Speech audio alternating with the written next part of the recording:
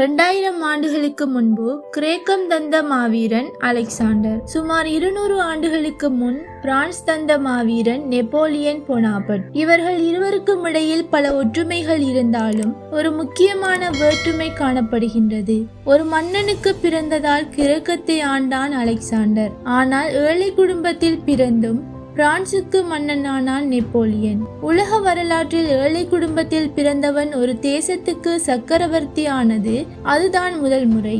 1769 August 15 Corsica தீவில் ஒரு ஏழ்மையான குடும்பத்தில் பிறந்தான். நெப்போலியன் சிறு வயதில் இருந்தே பயம் என்றால் என்ன என்று தெரியாதவனாக வளர்ந்தான். இராணுவத்துறையில் அதிக நாட்டம் கொண்டு இருந்ததால் போர்க்கல்வியை கற்பதற்காக பாரிஸ் நகருக்கு சென்று இராணுவ கல்வியை கற்றான். 16வது வயதில் பிரான்ஸ் வாரன்சு நகர லெப்டினன்ட் பதவியில் இணைந்து கொண்டார். போர்க்களங்களில் தனக்கு கிடைத்த சந்தர்ப்பங்களை சாதகமாக பயன்படுத்தி மிக விரைவில் பீரங்கி படைக்கு தளபதியானான்.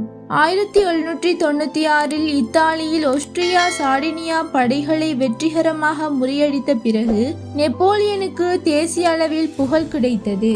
1804 தனது 35வது வயதில் தன்னை பிரான்சின் மன்னனாக முடிசூட்டிக் கொண்டான் நெப்போலியன் போனாபர்ட். அதற்கு பிரான்சிய மக்களின் ஆதரவு இருந்தது. நெப்போலியன் அடுத்தடுத்து மேற்கொண்ட போர்களினால் இங்கிலாந்தை தவிர்த்து ஒட்டுமொத்த ஐரோப்பாவும் அவன் கட்டுப்பாட்டின் கீழ் வந்தது. இங்கிலாந்தை கட்டுப்படுத்துவதற்காக பிரான்சின் கட்டுப்பாட்டில் இருந்த ஏனைய ஐரோப்பிய நாடுகள் இங்கிலாந்துடன் வணிகம் செய்யக்கூடாது என கட்டளையிட்டான் நெப்போலியன்.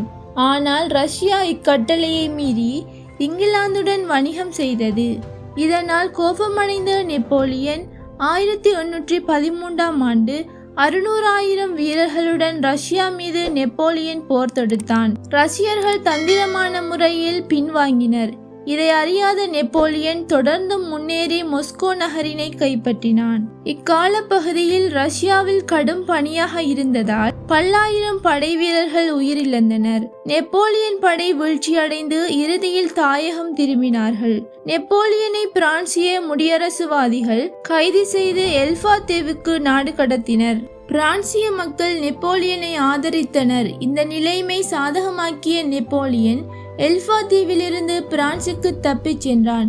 பின் 100 நாட்களில் தான் இழந்த பட்டத்தை மீண்டும் பெற்றுக்கொண்டான்.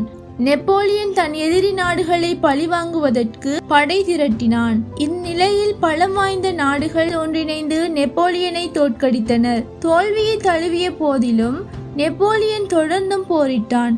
இறுதியில் வாட்டர்லூ எனும் இடத்தில் நெப்போலியன் தோற்கடிக்கப்பட்டு கைது செய்யப்பட்டான். பின் அவன் சென்ட் ஹெலேனா தீவுக்கு நாடு கடத்தப்பட்டான். 1821 மே 5 நெப்போலியன் என்ற வீர சகாப்தம் முடிவுக்கு வந்தது.